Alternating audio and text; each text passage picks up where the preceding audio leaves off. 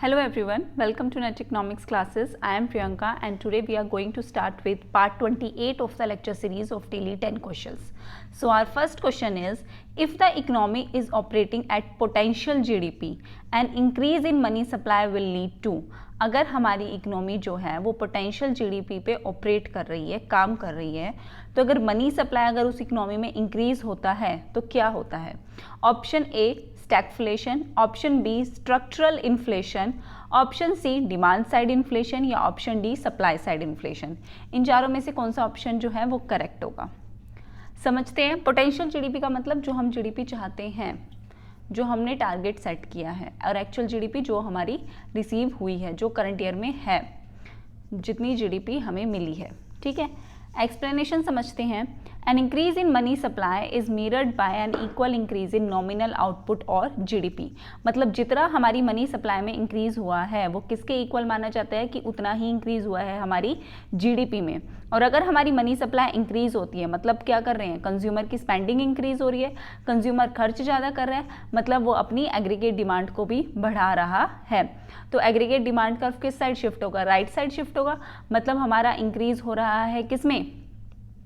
Aggregate demand में। So demand side inflation होगी। Option C हमारा करेक्ट है। चलते हैं अपने नेक्स्ट क्वेश्चन पे, क्वेश्चन नंबर 12।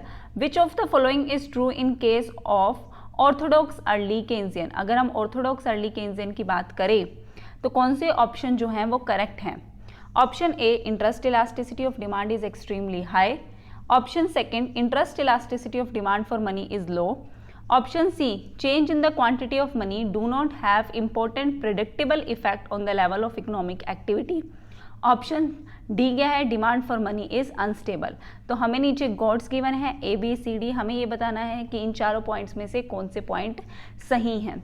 तो सबसे पहले अगर हम इंटरेस्ट इलास्टिसिटी ऑफ डिमांड की बात करें तो इंटरेस्ट इलास्टिसिटी ऑफ डिमांड हम कैसे निकालते हैं?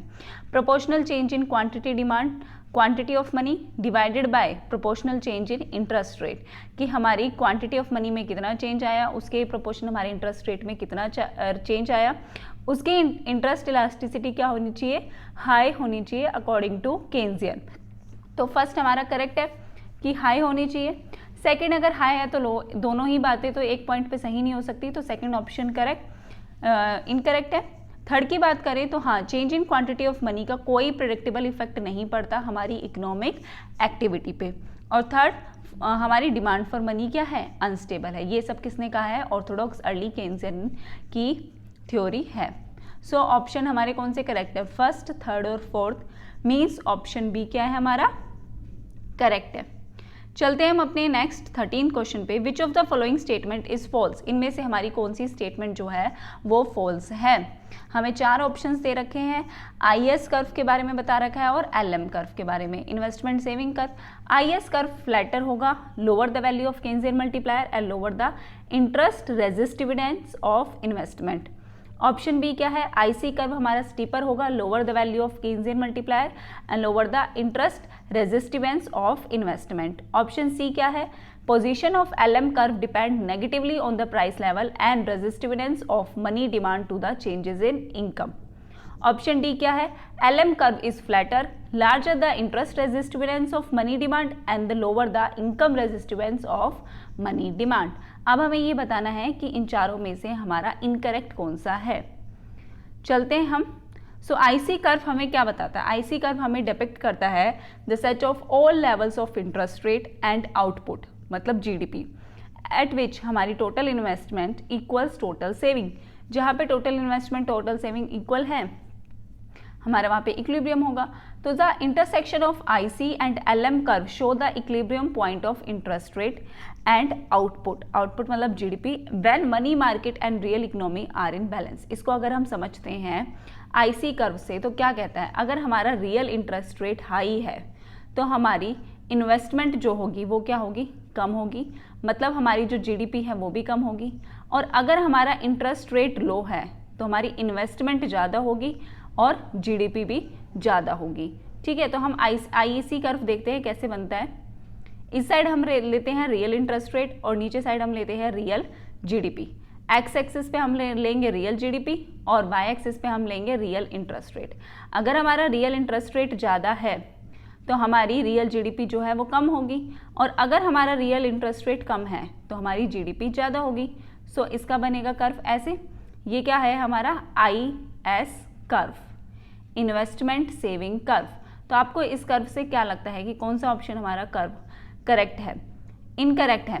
IC कर्व हमारा फ्लैटर नहीं है ना, IC कर्व तो हमारा स्टीपर बनता है, तो B C D ये तो सही है हमारे ऑप्शन ए जो है वो गलत है कि IC कर्व फ्लैटर नहीं होता, स्टीपर होता है वो। चलते हैं हम अपने नेक्स्ट क्वेश्चन पे, question number 14। Which of the following statements are true? इनमें से कौन सी स्टेटमेंट जो है वो ट्रू है? Increased government spending affect aggregate spending more quickly than does an increase in money supply. An increase in aggregate demand has no effect upon real output when aggregate supply is vertical. An increase in government spending always crowds out an equal amount of private interest sensitive spending.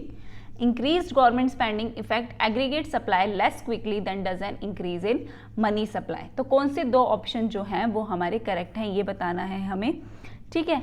तो अगर हम बात करें, अगर हमारी government spending increase होती है तो हमारी एग्रीगेट स्पेंडिंग पे भी इफेक्ट आएगा, और वो ज़्यादा इफेक्ट आएगा किससे? With increase in money supply से। तो ऑप्शन ए हमारा करेक्ट है। सेकंड की अगर हम बात करें, अगर हमारी एग्रीगेट डिमांड इंक्रीज होती है तो उसका रियल आउटपुट पे ज़्यादा इफेक्ट नहीं आएगा जब हमारा एग्रीगेट सप्लाई कर्व किस शेप का बनेगा? जब वो हमारा बनेगा वर्टिकल शेप का बनेगा। तो ऑप्शन फर्स्ट और सेकंड हमारे क्या है? बिल्कुल करेक्ट, मींस ऑप्शन ए क्या है हमारा? Correct. Answer A is correct. चलते हैं नेक्स्ट क्वेश्चन पे। In context of theory of economic growth match the theory facts in list 1 with their propounders give in list 2। List 1 में हमें theory given है, list 2 में हमें उसके प्रोपाउंडर्स गिवन है, और ये आपके कोड गिवन है, ठीक है। ये आपके कोड गिवन है कि कौन सा कोड हमारा करेक्ट होगा। चलते हैं अब। Stylise facts of economic growth किसने दिया? एक्सोजीनियस ग्रोथ थ्योरी किसने दी? गोल्डन रूल ऑफ एक्यूमुलेशन किसने दिया? ऑप्टिमल ग्रोथ टर्नपाइक किसने दिया? और ये सारे हमारे करेक्ट ऑप्शन गिवन है। अब देखते हैं हम stylise facts of economic growth किसने दिया है। तो stylise facts of economic growth दिया है एन कैल्डोर ने। एन कैल्डोर ने दिया है, मीन्स हमारा ऑप्शन सेकेंड क्या है इसका? करेक्ट। एक्सोजीनियस ग्रोथ थ्योरी किसने दी है? RM सोलो ने दी है। गोल्डन रूल ऑफ एक्यूमुलेशन किसने दिया है? ES फिलिप्स ने दिया है।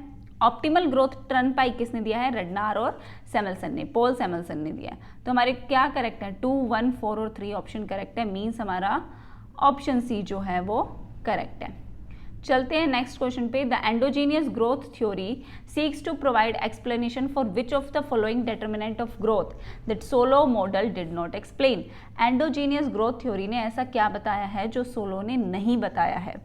A technical progress, B labour growth, C role of government in promoting growth, और डी हमारा ऑल ऑफ द अबव। तो अगर हम सोलो की बात करें तो सोलो ने सिर्फ टेक्निकल प्रोग्रेस और लेबर ग्रोथ की बात की है, और एंडोजीनियस ग्रोथ थ्योरी ने क्या किया कि सोलो ने अगर कंप्लीट बात नहीं की तो एंडोजीनियस ग्रोथ थ्योरी आई और उसने सबकी बात की कि टेक्निकल प्रोग्रेस से क्या इफेक्ट पड़ेगा, लेबर ग्रोथ अगर हम करते हैं तो क्या इफेक्ट पड़ेगा, अगर गवर्नमेंट का रोल आता है, गवर्नमेंट इंटरवीन करती है तो क्या इफेक्ट पड़ेगा।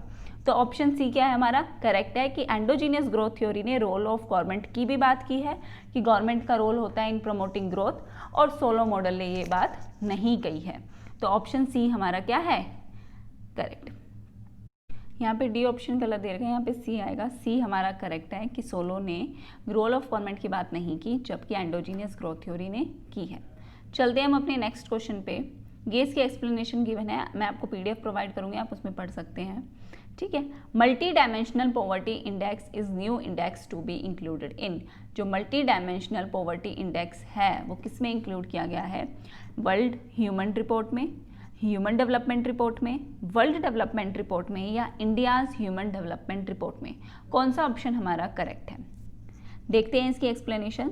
सो जो हमारा मल्टी डायमेंशनल पॉवर्टी इंडेक्स है वो जुलाई 2010 को लॉन्च किया गया था, जो प्रोवाइड करता है हमें multi dimensional picture of people living in poverty and is to replace the human poverty index in United Nations human development report. Human development report में इसके 10 इंडिकेटर्स थे जिनमें इन्होंने चाइल्ड मोर्टेलिटी रेट लिया है, चिल्ड्रंस का रोल लिया है स्कूल में, टाइप ऑफ कुकिंग फ्यूल लिया है, water, electricity, type of floor, एसर्ट that is living standard, ये सारी चीज़ें ली हैं। तो हमारा करेक्ट ऑप्शन क्या है, MPI नया इंडेक्स किसमें इंक्लूड किया गया है, ह्यूमन डेवलपमेंट रिपोर्ट में, means option B is correct. चलते हैं नेक्स्ट क्वेश्चन पे, which is the better measure of welfare. Welfare के लिए हमारा बेटर मेजर क्या है, national income, per capita income, per capita disposable income या ग्रोस नेशनल प्रोडक्ट। अगर हम नेशनल इनकम की बात करें तो पूरे नेशन की इनकम की बात की जाती है इसमें, तो इससे कोई वेलफेयर तो किसी का पता नहीं चलता, तो ऑप्शन ए हमारा इनकरेक्ट है।